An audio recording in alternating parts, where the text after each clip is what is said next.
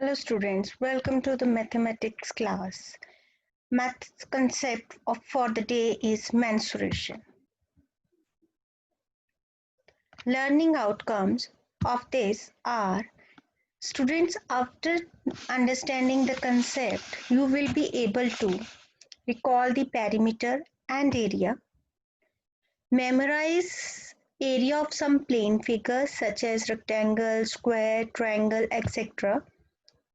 Describe a trapezium and calculate the area of the trapezium.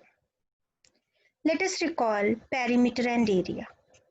You have learned in class 4 also about perimeter and area.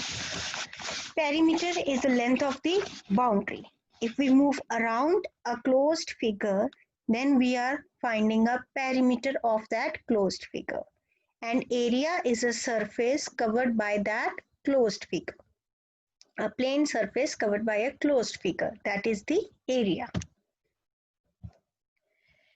Let us recall the following. We start before the shapes which you have learned: triangle, rectangle, square, parallelogram, circle, rhombus. Let us recall their formulas. Square, area of square is side into side.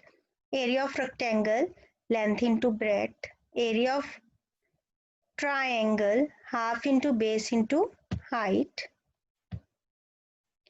Let us recall other shapes. Circle, area of circle is equal to pi r square. Parallelogram, area of parallelogram is base into height. Rhombus, area of rhombus is half d1 into d2. Now come to the topic for class 8 that you have going to start now, concept and the definition of a trapezium. What is a trapezium? You have done a chapter understanding quadrilaterals. So you from that there you have also learned a trapezium. Trapezium is a closed figure made up of a 4-line segments. Trapezium is a quadrilateral whose one pair of opposite sides are parallel. One pair of an opposite sides are parallel. This pair and this pair.